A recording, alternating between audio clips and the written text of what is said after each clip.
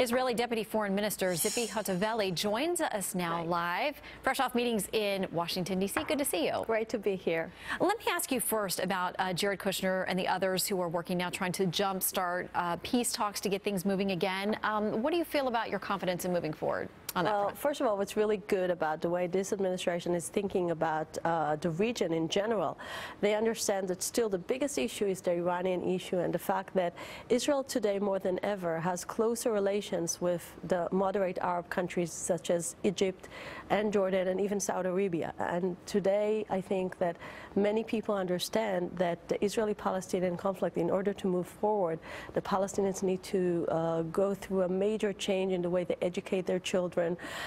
We were just talking about the fact that their textbooks, unfortunately, are still full of hate and denial of the right of Israel to exist as a Jewish state. And this is, I think, the key to get forward in the peace process. Yeah, we were talking about the UN Relief and Works Agency, which provides a great deal of, quote, refugee relief to the Palestinians. It has come under fire because of some of these educational materials and other things that people feel are very biased.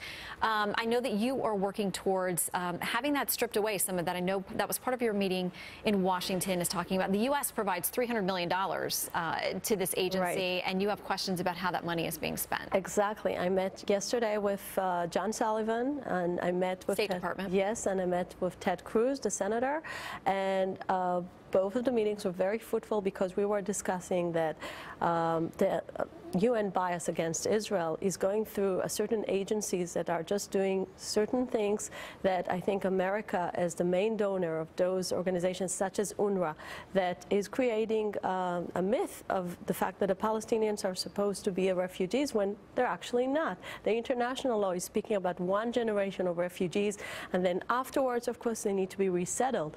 And the Palestinians were speaking about 5 generations after the 1948 war, the war that they started it. They were attacking Israel. They were trying to make sure that Israel won't exist on the Middle East map, and they lost the war. And they're not accepting this fact, and they're actually educating their children, their grandchildren, their grandchildren on the idea they're refugees from Israel. And this is something that must stop, because the way the UN in general is dealing with a refugee problem, they have the agency, it's called UNHCR, and what they're trying to do is to make sure there are going to be fewer refugees every year. The Palestinians is the only population around the world that the refugees are just growing up. Now think about it. You're giving your money in order to make sure they're not anymore going to be refugees, and eventually what this agency is doing, it's creating more and more refugees. So this is ridiculous, and this is American taxpayers' money, and there's no transparency. Some people don't even know where the money is going to. The only thing we know is that in the last Gaza operation that Israel was involved, some of those UNRWA schools were part of Hamas actions against Israeli IDF and Israeli children in the south side of Israel. Yeah. And there's been a lot of criticism and discussion about that, about the settlements and things that we could discuss for an hour. Unfortunately, that is all the time that we have. We know you're busy doing that ahead of the Prime Minister's visit here as well. More on this to come. Thank you so much for your time today.